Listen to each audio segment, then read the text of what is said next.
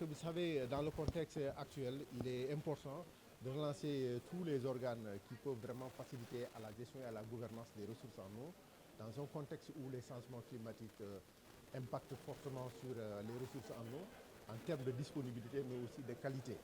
Et donc à cela s'ajoute la forte pression sur la ressource relative à l'évolution de la population. La demande elle est très forte sur la ressource en eau. Donc s'il n'y a pas des organes de gouvernance, on risque d'arriver à des situations de conflit. Donc ces organes-là sont là pour vraiment mobiliser toutes les troupes afin que les dynamiques puissent être relancées et pour une meilleure gestion et concertation pour une gestion optimale et rationnelle des ressources en eau. La particularité de cette session, c'est que toutes les couches sont invitées à cette session. Je voudrais dire la société civile, les collectivités territoriales, les gouvernances, les gestionnaires des ressources en eau, les organismes de bassin, pour qu'ensemble nous puissions voir qu'est-ce qui pourrait être le rôle de chacun dans la gestion et de la planification des ressources en eau dans un contexte de changement climatique où vraiment les ressources en eau se font de plus en plus rares et menaçantes à la fois. Donc discuter de cette question-là à huis clos donc, et aussi de façon large avec tous les acteurs et tous les secteurs, je crois que c'est quelque chose de fondamental et d'extraordinaire. Voilà pourquoi on est là aujourd'hui en première session extraordinaire de concertation.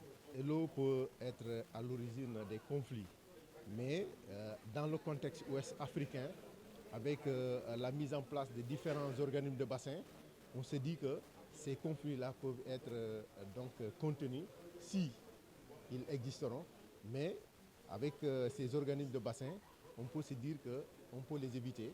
Voilà pourquoi on a aujourd'hui l'émergence d'un concept hydrodiplomatie qui nous permet de vraiment prévenir ces conflits qui pouvaient être liés à la disponibilité des ressources en eau qui fera rarifier avec la diminution de la précipitation dans notre Sahel ouest africaine, qui est partagée par plusieurs pays de l'espace CEDEAO. Et on a constaté que notre espace a connu une crise qui fait que donc, tous les pays ne pouvaient pas se retrouver en même temps. Donc ça, c'est un facteur bloquant. Maintenant, la nécessité de ressusciter cela s'explique par le fait que donc, les ressources en eau se font rares. Les précipitations qui alimentent ces ressources se font aussi de plus en plus variées. Donc voilà pourquoi on est obligé aujourd'hui de redynamiser tous les organes et toutes les instances de gouvernance des ressources en eau.